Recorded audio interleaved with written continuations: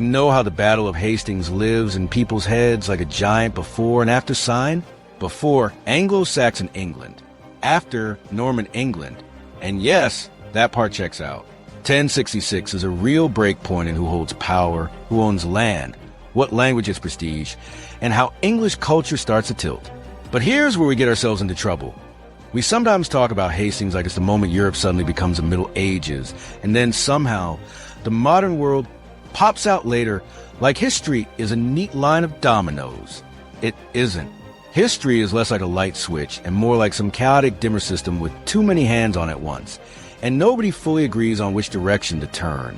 This is Insights into History, Season 1, Episode 13, Prelude to Hastings. Instead of staring at October 14th, 1066 like it fell from the sky, we're rewinding, not all the way to Caesar's sandals, but far enough back to see what had happened. Over centuries for Hastings to even be possible, because between Rome stepping away from Britain and William of Normandy stepping into it, you've got roughly 600 years of political collapse and reinvention, raids turning into settlements, kingdoms rising and breaking apart, Christianity expanding and reorganizing, and, maybe most importantly, people making promises and then breaking them, usually at the worst possible moment. And let's start with an uncomfortable fact that shapes how this era feels to us now. One reason these centuries can seem kind of foggy is that we don't have the same kind of written paper trail the Romans left behind. It's not that people stopped thinking, or building, or governing, or remembering. Christianity and literacy didn't vanish. But institutions change, records didn't survive evenly, and the evidence becomes patchier. So no, it's not a dark ages in the old, dramatic sense. That label doesn't hold up. But it is true that the receipts are missing more often than we'd like. The people kept living history. We just lost more of the paperwork. So let's set the stage. Before Rome arrived in force, Britain wasn't a single unified country waiting to be founded. It was home to many Celtic-speaking groups, with their own leaders, rivalries, local politics, and religious worlds. Outsiders sometimes talk about pre-Roman Britain like it's one flat culture, but it wasn't. It was a mosaic of communities that could cooperate one year and fight the next. Julius Caesar shows up first, with those famous expeditions in 55 and 54 BC. They're dramatic, they're remembered, and they make for great stories, but they're not a full conquest. If you want a modern comparison, it's closer to a heavily armed scouting mission that also happens to be excellent publicity back in Rome. The real takeover attempt comes later. In AD 43, under Emperor Claudius, Roman forces land with the intention to stay. And once Rome commits, it does what Rome does. It builds roads and forts, sets up administration, and starts extracting resources. Empire runs on infrastructure, and it also runs on taxes. Lots of taxes. Not long after the invasion, you see the growth of what becomes Londinium, the settlement that will eventually turn into London, likely forming in the middle of the 1st century. Rome is wiring Britain into the imperial system, trade, movement, military control. But important point, Roman Britain was never just a story of Rome arrives and everyone accepts it. Resistance didn't politely exit the room. It shifted, it learned, it adapted. And one of the most striking early figures in that resistance is Caratacus. Caratacus is a 1st century British leader, often linked to the Cativalani. And what makes him stand out is that he doesn't just have one heroic last stand and disappear. His resistance stretches out over time. As Roman forces push deeper, he keeps pulling back, changing ground, finding new allies, trying to keep the fight alive as the map shrinks around him. Eventually, the Romans corner him in Wales. The governor Publius Ostorius Scapula defeats him, usually dated around AD 50 or 51. And after that loss, Caratacus does what any hunted leader might do. He runs to someone who should have reason to protect him, the Brigantes in the north. And this is where the story turns from military struggle into political tragedy. The Brigantes are ruled by Queen Cartimandua, and she's aligned with Rome. So Caratacus doesn't get sanctuary. He gets handed over, chains instead of shelter. In Roman eyes, Cartimandua looks like a loyal client ruler, doing exactly what the empire rewards. In the eyes of many Britons, you can imagine what that felt like, not just defeat but betrayal. Caratacus is taken to Rome and displayed as part of an imperial triumph, Rome's victory theater at its finest. The message is simple. Look how far the empire reaches. Look who it can drag to the capital. But Caratacus does something unexpected. He speaks.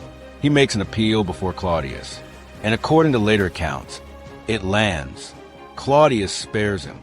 So Caratacus survives, but it's a strange survival. He's not restored. He's not free to rebuild. He becomes, in a way, proof of Roman mercy, which is its own kind of victory. Imagine being allowed to live, but only as a supporting character in your conqueror's story. And if you're thinking, surely that ends a resistance, it doesn't. Not even close. About a decade later, Rome faces one of the most violent provincial uprisings it ever sees. The revolt led by Boudicca.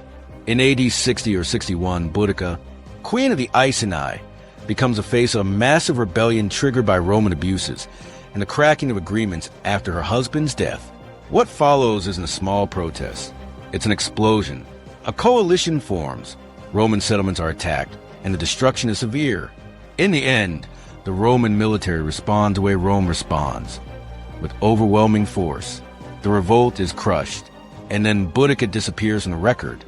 Depending on the source, she dies by suicide or illness. But the larger story remains, and it matters for everything that comes later. Britain under Rome is an ongoing cycle. Conquest, resistance, punishment, adaptation, and then resistance again. No clean line, no permanent calm. Rome holds Britain for centuries, but unevenly. In some areas, Roman life is deeply urban and integrated. In others, it's a thin layer, mostly soldiers' forts, and the sense that control could snap if pressure rises. And Rome never truly locks down the far north. What we call Scotland stays contested. That's why you see strong frontier defenses like Hadrian's Wall, the edge of Roman authority made visible in stone. By the late Roman period, Britain is expensive, complicated, and increasingly hard to defend. The empire has crises elsewhere. Troops and money get pulled away. Raids and instability increase. And Rome's departure is not a single dramatic moment where everyone packs up and turns out the lights. It frays. It withdraws in pieces. And by the early 5th century, traditionally pinned around AD 410, the Roman administration and military support have effectively left Britain behind. And what happens after a superpower leaves a region it's been managing for centuries? A vacuum. And vacuums do not stay empty. Someone always fills them. Usually the people with the sharpest weapons, the strongest alliances, or the best timing. So now we move into the Britain after Rome. And first we need to clear away another misconception. Britain doesn't become a deserted ruin. People remain. Communities continue. Some Roman structures still shape daily life. Roads don't just unmake themselves because a bureaucracy disappears. But political authority fragments. Power becomes local and contested. Over time, a set of Anglo-Saxon kingdoms forms across what is now England, often summarized as a heptarchy. Northumbria, Mercia, East Anglia, Wessex, Essex, Sussex, and Kent. And depending on the decade, you can add smaller shifting powers on the edges, because borders are rarely neat when the system is still settling. Out of that long churn, one kingdom becomes especially important for our road to 1066, Wessex. And this is where the story picks up speed, because by the 9th century, England's challenge isn't just internal rivalry. It's the Vikings, no longer just raiders darting in and out, but armies showing up to take land and stay. Alfred becomes king of Wessex in AD 871, and he inherits a nightmare. Viking forces are pressuring the kingdom repeatedly. This is not a single bad season. It's a structural threat. After key struggles, especially after Battle of Hastings in 878, Alfred and his successors develop something that doesn't sound flashy at first, but changes the defensive logic of the whole region. The Buzz. These fortified places aren't just random forts. They're planned nodes of protection and administration. Safe havens for civilians. Positions for garrisons. Centers that help organize resources and response. The idea is simple and brilliant. Make it so that large parts of the population can reach protection within roughly a day's march. It's not the same thing as the stone castles and Normans will later spread across England, but it's a kind of blueprint for a more organized, centralized system of defense and government. And what does that buy you? Time. Fortifications don't merely stop an enemy. They slow them. They force decisions. They change the tempo of war. And when you're building a kingdom, time is often the most valuable weapon you have. As Wessex grows more powerful and England becomes more consolidated, the politics start looking less like simple battles and more like something messier. Succession disputes, strategic marriages, and alliances that stretch beyond the island, especially across the Channel, where Normandy is becoming increasingly important. And this is where we meet a name that seems like it belongs in a footnote, until you realize it's sitting near the center of the web that leads to 1066. Athelred. Athelred II, later remembered with the unfortunate nickname the Unready, rules during renewed Viking pressure and serious internal strain. In 991, you get an agreement with Richard I of Normandy, often called the Treaty of Rouen, preserved in a document written in the name of Pope John XV. This matters because Normandy isn't just a neighbor on the map. It's also a place deeply tied to Viking movement and politics. It can be a source of trouble, a staging ground, or a diplomatic partner. Sometimes all three in the same century. So relations across the Channel are not optional. They're strategic. Then in 1002, Athelred marries Emma of Normandy, daughter of Richard the Fearless. On paper, this is political glue. Reduce hostility, build alliances, tie England to Norman networks. And if you're already hearing the distant thunder of 1066, you're right too, because that marital connection becomes one of the threads that William of Normandy will later tug on when he argues he has a legitimate claim, or at least a legitimate interest, in England. But that same year, 1002, England is also associated with one of the era's most infamous and debated events, the St. Brice's Day Massacre, an order linked to the killing of Danes in England on November 13th. Historians still debate just how widespread it was and what it looked like on the ground. But the larger impact is clearer.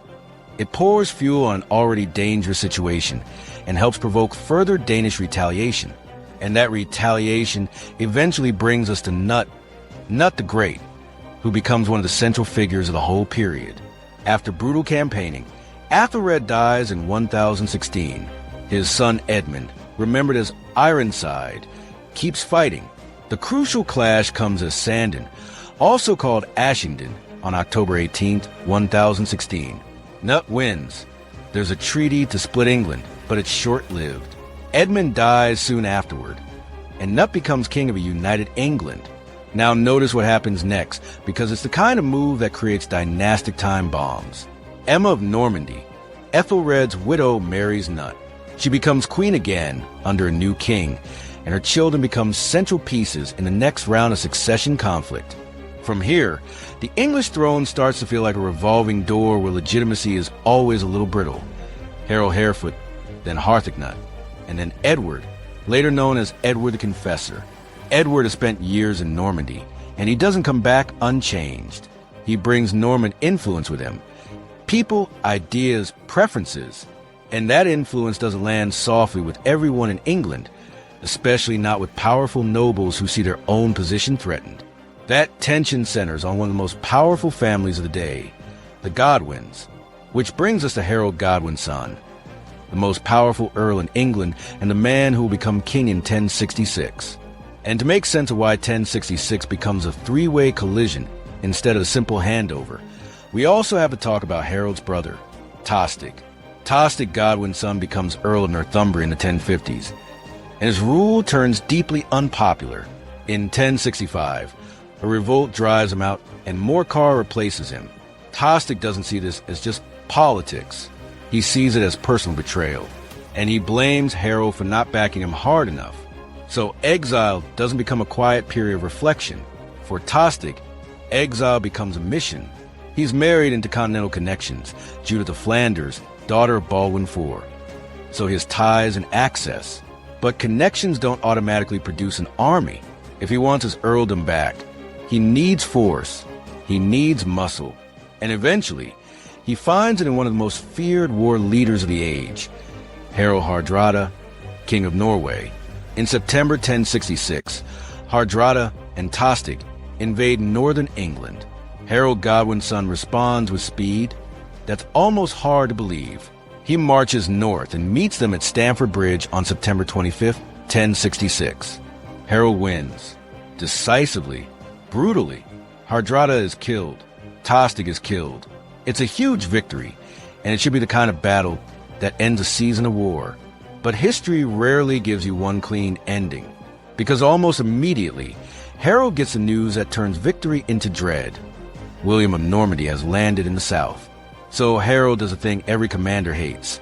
He turns his army around, exhausted and battered, and forces another long march, this time back down the length of the kingdom, to face a second major fight. And that brings us to October 14th, 1066. Hastings. But now, after everything we've traced, Hastings doesn't look like a random lightning strike. It looks like the impact point of a storm that has been building for centuries. Roman conquest and British resistance. Rome's slow withdrawal. Fragmented kingdoms. Viking invasions turning into settlement and rule. Defensive systems like the Buzz that reshape governance. Cross-channel marriages tying England to Normandy.